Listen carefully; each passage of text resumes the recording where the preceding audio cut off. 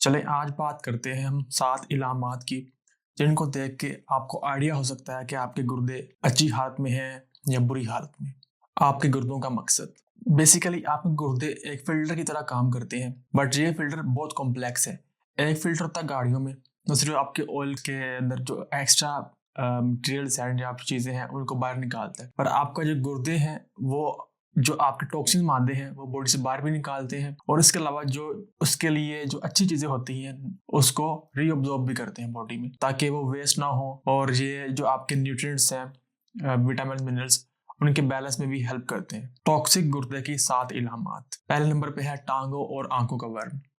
Worm मतलब कि oedema, पानी जब इकट्ठा हो रहता है किसी भी एरिया में, आप वहाँ पे पुश करते हैं तो वहाँ पे एक डेंट सा बन जाता है, स्किन वहीं पे रह जाती है। वर्म की बात करने से पहले हम बात करते हैं जो अर्ली सिम्टम्स होते हैं, आपका टेस्ट माउथ का वो मेटालिक हो जाता है। उसके अलावा आपको जो एलर्जी वगैरह है या इचीनेस है वो ज़्यादा हो जाती है। आपके जो ब्रेथ है वो थोड़ी सी अमोनिया वाली हो जाती है, मतलब कि बैड स्मेल ज़्यादा हो जाती है उसमें। अमोनिया मतलब कि आपने अगर कहीं तालाब वगैरह में गए हों मछली के लिए, तो वहाँ पे जो स्मेल आ रही होती है वो ज़्यादा अमोनिया और यूरिया की होती है, तो वैसी स्मेल आपके मुंह से आएगी, फिशी स्मेल उसे कह सकते हैं। जैसा कि मैं पहले बात कर रहा था वर्म की, मतलब अडीमा। अगर आपकी किडनी सही फंक्शन नहीं कर रही, टॉक्सिक है, तो उस केस में आपको अडीमा हो जाता है लोअर लेग्स में, पाँव में। आपको एक चीज़ बताता चलूँ कि आपकी जो किडनीज हैं, गुर्दे हैं और जिगर है, ये मिल के काम करता है। अगर दोनों में से कोई एक चीज़ सही प्रॉपर काम नहीं कर रही है, तो दूसरी भी इफेक्ट होती है। तो इस कंडीशन में अगर आपको वर्म बनता है एडीमा, या तो फिर वो किडनी का इशू होगा या फिर लीवर का इशू होगा। इसके अलावा पाँव के अलावा जो पानी इकट्ठा होता है, एडीमा होता है, वो आपकी आंख के नीचे, यहाँ पे जो आपकी है, ये जिस जगह सोजन हो जाती है, तो ये भी एक इंडिकेटर है कि आपकी किडनी सही काम नहीं कर रही। सेकंड नंबर पे है uraemic Frost. First of all बात करते हैं यूरिमिक फ्रॉस्ट है क्या। फ्रॉस्ट नाम से जाहिर कर रहा है कि बर्फ या फिर स्नो, और यूरिमिक फ्रॉस्ट यूरिया से असल होता क्या है कि आपकी किडनीज जो है यूरिया का बॉडी से बाहर नहीं निकाल पाती, और यूरिया या यूरिक एसिड बॉडी में वापस आना शुरू होता है, बॉडी में जमा होना शुरू होता है। उस कंडीशन में आपके स्काल्प है, बाल है, वहाँ पे या फिर स्किन पे वाइट वाइट जैसे वो जैसे खुश्की कहते हैं, खुश्की कहती है, वैसे ही यूरिया बाहर निकलना शुरू हो रहा है। बेसिकली वो यूरिया होता है, तो लगता है ऐसे कि ये खुश्की है या स्काल्प है, उसे कहते हैं यूरिमिक फ्रॉस्ट। तो वो इस वजह से होता है कि आपका यूरिया बॉडी में वापस आ रहा है, बिल्डअप हो रहा है, तो ये भी एक साइन है कि आपकी किडनी सही प्रॉपर वर्क नहीं कर रही। थर्ड नंबर पे है हाई ब्लड प्रेशर। देखिए, अब हाई ब्लड प्रेशर एक तो आपकी किडनी को नुकसान भी दे सकता है, और अगर किडनी पहले से अफेक्टेड है फिर भी हाई ब्लड प्रेशर हो सकता है। अब होता क्या है, आपकी किडनी का फंक्शन है खून को फिल्टर करना।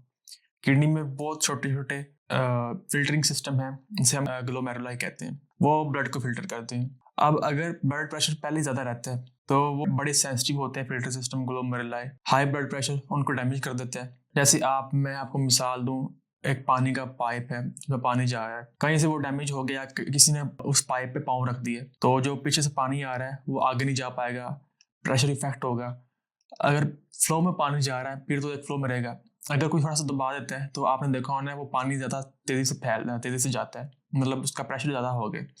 ऐसे ही अगर आपकी ग्लोमेरुलाई कुछ डिस्टर्ब हो जाएंगी, वो सही काम नहीं कर रही या फिर वो ब्लॉक हो गई है, तो जो आसपास वाली ग्लोमेरुलाई होती है वहाँ पे ब्लड प्रेशर बढ़ जाता है, फिर उनके भी अफेक्ट होने के चांस होते हैं कि वो भी फट जाएंगी या फिर ख़राब हो जाएंगी। ऐसे ही अगर कोई कंडीशन बन गई है, आपकी ग्लोमेरुलाई पहले डैमेज है, तो फिर भी आपका जो मैं पहले जैसे बात की थी, अगर पाइप का एक सिरा खराब हो जाएगा या फिर उस पर प्रेशर आ गया तो ब्लड प्रेशर बढ़ेगा। तो ये एक दूसरे से मिलकर काम करती है। ब्लड प्रेशर हाई होगा तो ग्लोमेरुलाई खराब होने के चांस है, अगर ग्लोमेरुलाई पहले खराब है तो ब्लड प्रेशर के हाई होने के चांस है। मतलब कि इसका ऐसे ही, अगर एक पाइप है, उस पे जो पीछे मोटर लगी पानी दे रही है, वो काफ़ी मतलब कि हैवी किस्म की है, उसका प्रेशर ज़्यादा है, तो पाइप के फटने के चांस होने हैं। और अगर मोटर थोड़ी सी स्लो है, उसका प्रेशर इतना नहीं है, पाइप पे खड़ा हो जाएगा, उस पर प्रेशर पड़ रहा है, तो फिर भी पाइप के फटने के चांस है, तो प्रेशर ज़्यादा हो जाएगा। तो ऐसे काम करता है आपकी किडनी। अगली अलामत है थकान। आप बहुत ज़्यादा थके थके फील करते हैं, आपको काम करने को दिल नहीं करता, थोड़ा सा काम किया और बैठ गए हैं। ये इस वजह से है कि आपके जो ब्लड में या बॉडी में यूरिया ज़्यादा हो जाती है, और यूरिया बाय प्रोडक्ट है प्रोटीन का। जब भी यूरिया आपकी बॉडी में ज़्यादा होती है तो आपको थकान फील होती है, इसलिए यूरिया का हमारे यूरिन के जरिए पेशाब के जरिए बाहर निकलना जरूरी होता है, नहीं तो हम थके थके फील करते हैं। तो जब किडनी सही वर्क नहीं कर रही होती तो यूरिया बाहर नहीं जाता, फिर यूरेमिक फ्रॉस्ट और थकान वगैरह होती है। पेशाब में प्रोटीन, अगर आप टेस्ट करवाते हैं और टेस्ट में देखा जाता है कि आपके पेशाब में प्रोटीन बहुत ज्यादा आ रही है, तो इसका मतलब है आपकी किडनीज में जो फिल्टर हैं ग्लोमेरुलाई वो एक तरह से फट चुके हैं या फिर खराब हो चुके हैं, और जो फिल्ट्रेशन है वो सही नहीं हो रही, उसमें प्रोटीन भी आगे यूरिन में वैसे ही आ रही है। तो ये कंडीशन है कि अगर आपकी यूरिन में या पेशाब में प्रोटीन आ रही है तो फिर आपकी किडनीज हैं वो सही वर्क नहीं कर रही हैं, खराब हो चुकी हैं, उनके फिल्टर खराब हो चुके हैं। नंबर 6 पे है तेजाबियत वाला पेशाब। अब आप देखते हैं कि आपका पेशाब में बहुत जलन होती है आपको, मतलब वो तेजाबियत वाला हो चुका है, और वो होता है इस वजह से है कि आपका जो अमोनिया होती है सही से बनती नहीं है बॉडी में, या फिर उसका बैकअप होना शुरू हो जाता है।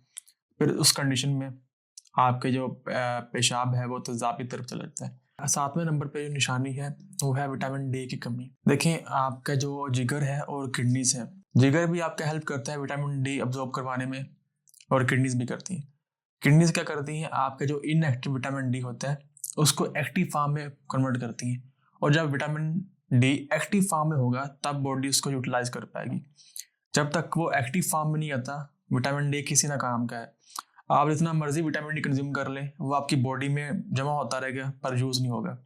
उस कंडीशन में अब होता क्या है कि आपका विटामिन डी एक तो हेल्प करता है कैल्शियम को अब्जॉर्ब होने में। अब आप कैल्शियम सप्लीमेंट ले रहे हैं पर साथ विटामिन डी हेल्प नहीं कर रहा कैल्शियम को अब्जॉर्ब होने में, क्योंकि वो खुद एक्टिव फॉर्म में नहीं है। तो उस कंडीशन में विटामिन जो कैल्शियम है सॉरी, वो आपकी ब्लड वेन्स है वहां पे इकट्ठा होगा, आपके बाकी ऑर्गन में इकट्ठा होगा, तो एथेरोस्क्लेरोसिस और बाकी इशू काज करेगा। ये भी कंडीशन है, अगर आपकी किडनी सही वर्क नहीं कर रही तो आपको विटामिन डी की कमी भी हो सकती है। तो आज के लिए इतना ही था, मिलते हैं हम नेक्स्ट वीडियो में, तो हमें याद रखिएगा। अल्लाह हाफिज।